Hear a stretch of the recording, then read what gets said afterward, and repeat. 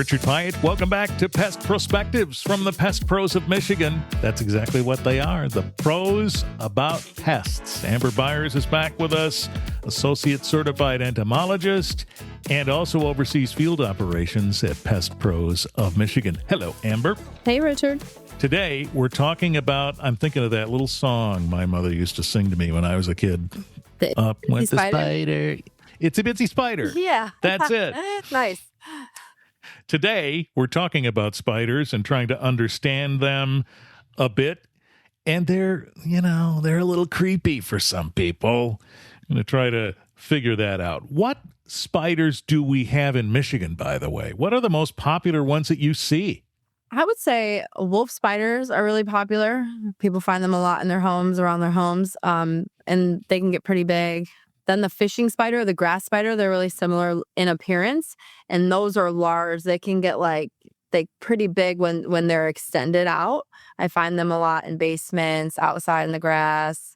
Okay. And then we do have the brown recluse in Michigan. Not super popular. Like I don't see them a lot. And then cellar spiders. Cellar spiders I see in almost any basement that I go into. So wolf, cellar, grass are the most common. Are they? Yes. I think of daddy long leg spiders, what we used to call that with the long legs. Is that does that fit the description here? That would be. I would put that in the category of the cellar spider. They look very similar to what when I was growing up a daddy long leg was. Yeah. Yeah. Yeah. We don't have any tarantulas or anything, do we? No, not unless you bring them in, import them, keep them as pets. Yeah. Which people do. Yeah, not you. All right. But the brown recluse, that's a poisonous, venomous bug, isn't it? Yeah. Yes, it is. They have this really cool characteristic. It's like a fiddle shape on them, on their cephalothorax, and it's like almost like the key identity. And who wants to get close enough to that to see it? Probably only us in the industry. But yes, they are venomous for sure. Okay, but you say you've not seen one in all of your experience. I've been called out to a few calls for concerns of brown recluses, but I have never encountered one in any of our clients. So they're not very relevant, but they are around. It is good to know that they're here in Michigan. All right. Well, I would say someone such as yourself who is called upon and spends her career working on these things, if you haven't seen one, then I would say, as you pointed out, it may not be all that relevant. So let's talk about the ones we do see, the wolf, the cellar, the grass spiders. What's interesting is what they're attracted to and why they might be there. What is it?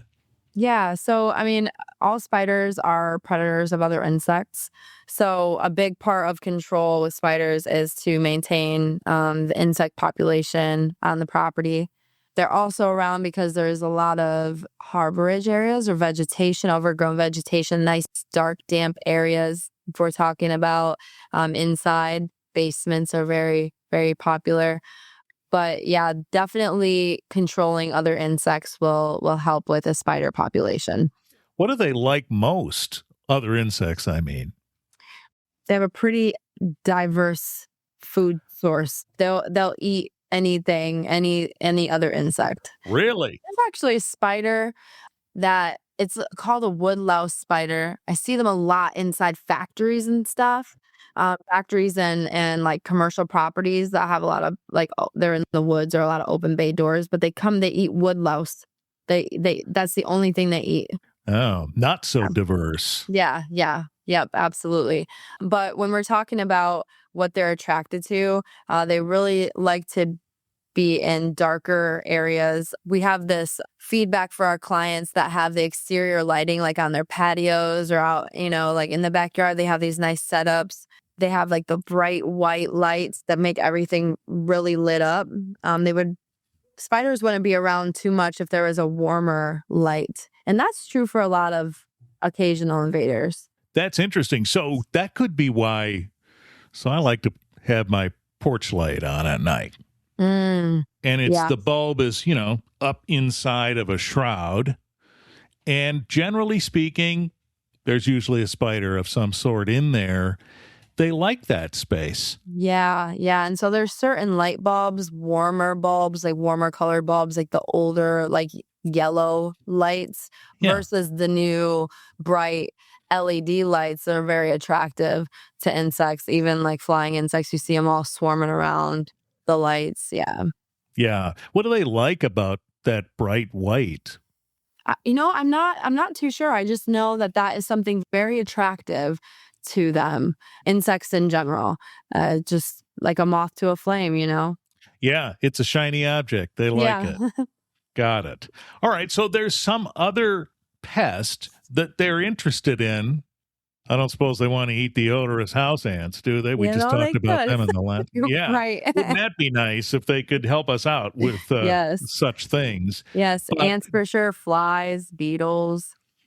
yeah, we could certainly use that. But that doesn't, they're probably not that organized, are they? They're Right. just No. going to bop around until they find a nice meal. We definitely mention that though to our clients, certain insects that are predators to other things.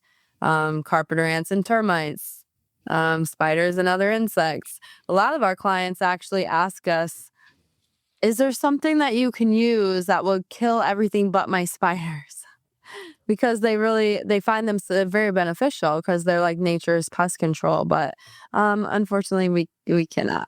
So people will actually ask you not to kill the spiders? Yeah, sometimes I've gotten that quite a few times. Yeah. That's interesting. And so they feel that there's some sort of eco balance with them around. Benefit. Yeah, absolutely. Wow. So how do you Yeah. handle that? I've got spiders, but I want them to stay, but take care of everything else. You've really got to do your Yeah. homework on that. Yeah, we're just honest, we just let them know, if we're gonna use the pesticide on the property, anything that comes into contact with it as far as insects go, it will have an effect on them. There are other ways that we can treat without using a standard insecticide that's more of like an eco-friendly product. Just if they don't want to hurt the spiders, we can look into some things. But really, the truth is that if we're going to be applying a product, it's going to be effective towards spiders as well. Spiders are, though, they're one of the harder insects to control, because they have so much more body mass than a lot of other insects that we target. So it takes a lot more volume, a lot more active ingredient to kill a spider.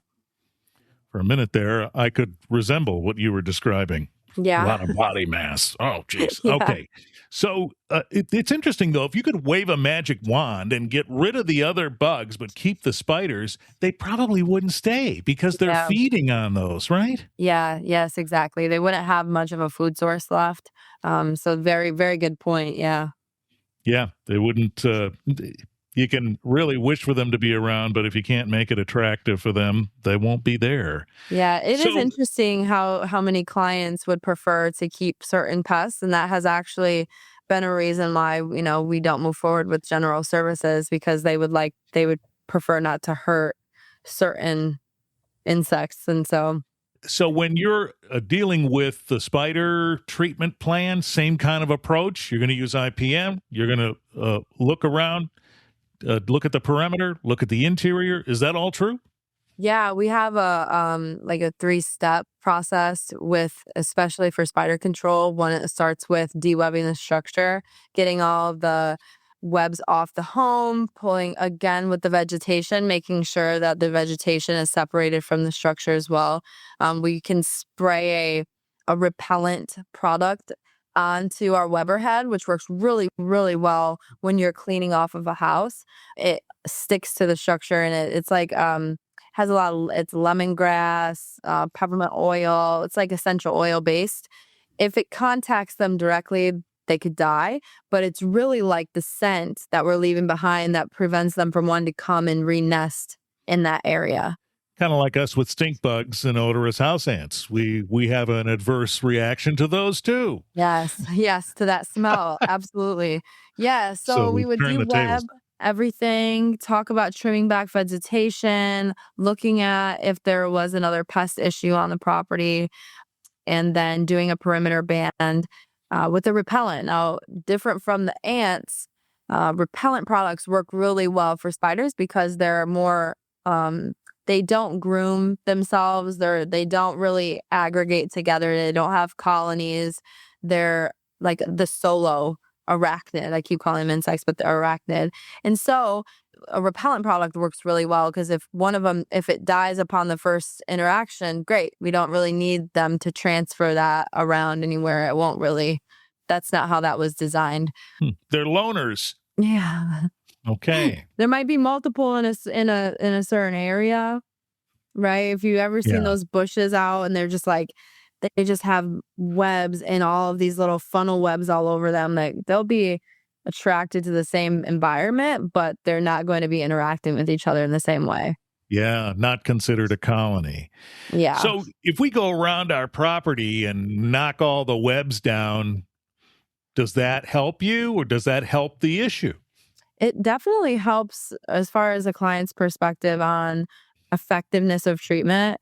Is back to the challenge with spiders is they do need a lot of active ingredient and a lot of volume. So in between services, if webs pop up, the first thing that we would tell a client, especially if it's an egregious amount or more than, one here or one there, please call us back because we want to try to pivot in our service if that product wasn't working, or if we needed to apply more volume of the pesticide. So, well, this is a terrific way to keep an eye out, right? If they're going to build a web, then you're going to see that and you're going to know, okay, we still have work to do.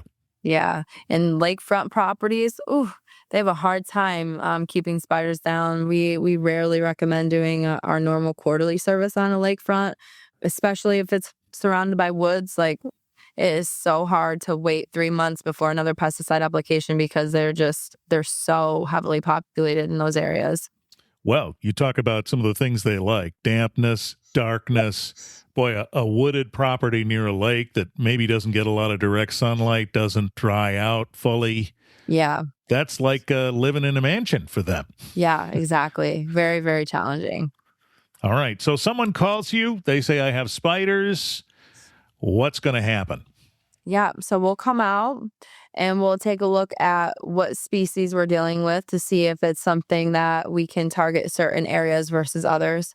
Take a look inside, do some spot applications in the areas where they're seeing them, and then always recommend any of the conducive conditions be remediated for sure. Then set the expectation as far as the type of environment that we're in, that we're dealing with, how effective the service would be at a certain interval.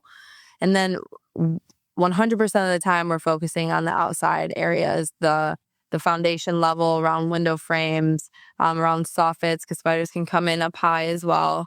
And so we're doing a complete barrier treatment, exterior perimeter application around the whole home. Okay. And does winter wipe them out, by the way? No, spiders can stay active indoors. Okay, as long as they get in from the outside. Yeah. And that they could be in your basement or even your attic, I suppose, hiding out. Yeah, they are technically an occasional invader because they don't really thrive inside, but they will wander in, or they'll be attracted to a food source, or there's just something in the environment that they're utilizing the structure for. But they really thrive outdoors. Okay, and even over the winter, they can last, but there would have to be something they can feed on, I would imagine, right? Yeah, absolutely. Yeah, so they've got to have some other pests around even during winter to help survive until things warm up. Yeah. Okay. We really try not to only stick to interior applications. Even in the winter, we would want to get an exterior dusting application done in cracks and crevices and voids, where in the spring or summer where they're going to be passing through those areas, that will get some control out into the future as well. Because that dust, once you apply it, it lasts for a really long time. Okay. Well, that's a plus. Yeah. All right. There you go. Spiders in Michigan. There are a few that are the most common. Maybe you're seeing some in your own property. The Pest Pros of Michigan are ready to help. Thank you, Amber. Of course. Thank you. Amber Byars, Pest Pros of Michigan, here on Pest Prospectives. We invite you to subscribe where you get podcasts or visit the Pest Pros website. The link is in the show notes. Lots of them there, too. Take care.